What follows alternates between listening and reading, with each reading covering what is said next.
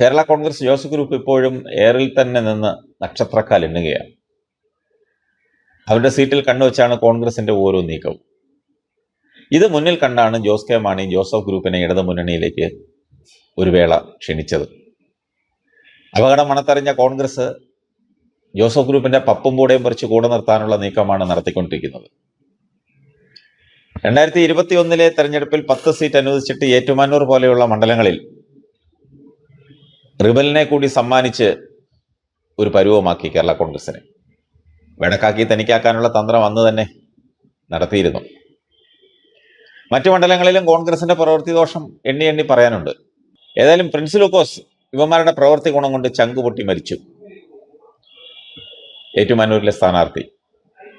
എന്നിട്ടും യുവന്മാർക്കാർക്കെങ്കിലും ഒരു വിഷമമുണ്ടോ? ജോസഫ് ഗ്രൂപ്പിന്റെ 10 സീറ്റിൽ നിന്ന് 4 എങ്കിലും അടിച്ചു മാറ്റാനുള്ള നീക്കമാണ് നടത്തിക്കൊണ്ടിരിക്കുന്നത്. മുൻപൊരിക്കൽ പറഞ്ഞിട്ടുള്ളതുപോലെ 93-ൽ 21 സീറ്റ് നേടിയവൻ 10-ൽ 2 സീറ്റ് നേടിയവനെ നോക്കി കൊഞ്ഞനം കുത്തുന്നു, അവനെ ജൗളി നോക്കി കാണിക്കുന്നു. അവന്റെ കൂടെ ആളില്ല, അവന് പ്രവർത്തകരില്ല എന്നൊക്കെയാണ് പറഞ്ഞുകൊണ്ടിരിക്കുന്നത്. ആത്മാഭിമാനം ഉണ്ടെങ്കിൽ ജോസഫ് ഗ്രൂപ്പ് 10 സീറ്റിൽ ഒന്നുപോലും സറണ്ടർ ചെയ്ത് കൊടുക്കരുത്. അത് കേരളത്തിലെ രാഷ്ട്രീയം അറിയാവുന്ന മുഴുവൻ പേരുടെയും അഭിപ്രായമാണ്.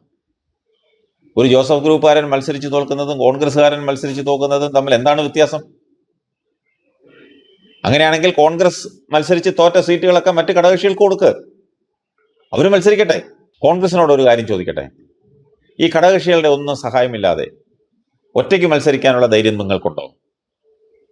ലീഗിന്റെയും കേരള കോൺഗ്രസിന്റെയും ബലത്തിൽ തന്നെയാണ് നിങ്ങളുടെ പല സീറ്റുകളും ജയിച്ചു കയറുന്നത്.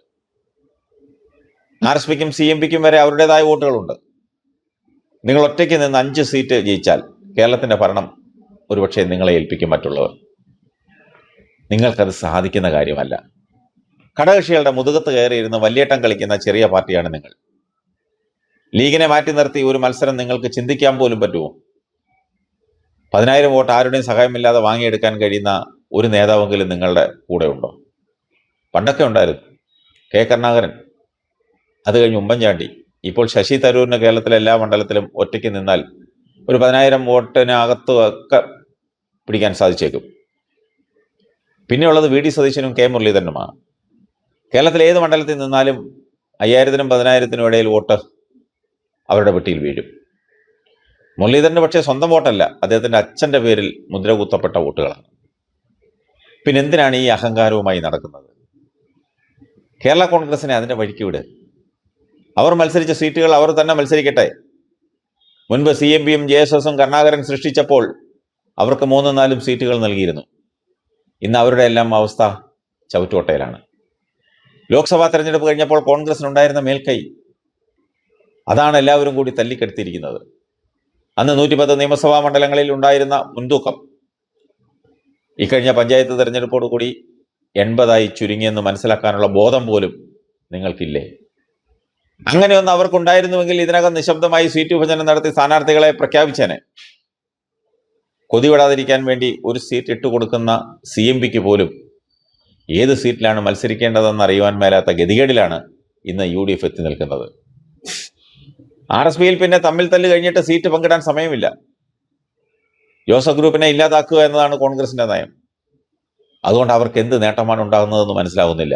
965-ൽ കേരളത്തിൽ നടന്ന തെരഞ്ഞെടുപ്പിനെ മാതൃകയാക്കി ഓരോ പാർട്ടിക്കും ഒറ്റയ്ക്ക് മത്സരിക്കാനുള്ള ധൈര്യമുണ്ടോ? തെരഞ്ഞെടുപ്പ് കഴിയുമ്പോൾ മന്ത്രിസഭ ഉണ്ടാക്കാൻ ഒന്നിച്ചുകൂടാം. പുതിയുഗ ജാഥ നടത്തുന്ന സതീശൻ ഇതിനൊന്ന് മറുപടി പറഞ്ഞിട്ട് പോകാമോ? അതിനുള്ള ധൈര്യം ഒരു കോൺഗ്രസ് കുഞ്ഞിനും കാണില്ല. ജനങ്ങളുടെ വികാരം തങ്ങൾക്ക് അനുകൂലമാണെന്ന് അമിത വിശ്വാസമൊഴിച്ച് മറ്റൊരു രാഷ്ട്രീയ നിലപാടുമില്ലാത്ത പാർട്ടിയായി അധപതിച്ചിരിക്കുകയാണ് കോൺഗ്രസും അതുവഴി UDFും. 2021-ൽ ഇതിലും അനുകൂലമായ സാഹചര്യമായിരുന്നു UDFിനുണ്ടായിരുന്നത്. കോൺഗ്രസിന്റെ സംസ്ഥാന പ്രസിഡന്റ് മുല്ലപ്പള്ളി രാമചന്ദ്രൻ, അന്ന് അദ്ദേഹത്തിന് ആകെ അറിയാവുന്ന രാഷ്ട്രീയം LDF കഴിഞ്ഞാൽ UDFിന്റെ അവസരമാണെന്നാണ്. അതുകൊണ്ട് നമ്മൾ അധികാരത്തിൽ വരും എന്നൊറ്റ തത്വം മാത്രമേ അന്നുണ്ടായിരുന്നുള്ളൂ. ഇന്നും കാതലായ യാതൊരു വ്യത്യാസവുമില്ല. LDFിനെ നാട്ടുകാർ വെറുത്തു വന്ന ഒരു പൊതുതത്വം കൊണ്ട് തെരഞ്ഞെടുപ്പിനെ അഭിമുഖീകരിക്കാൻ പോകുന്ന കോൺഗ്രസിനെ എന്ത് പേര് പറഞ്ഞ് വിളിക്കണമെന്നറിയില്ല. ഏതായാലും നമുക്ക് കാത്തിരിക്കാം ഇതെവിടെ ചെന്ന് അവസാനിക്കുമെന്ന് അറിയാൻ.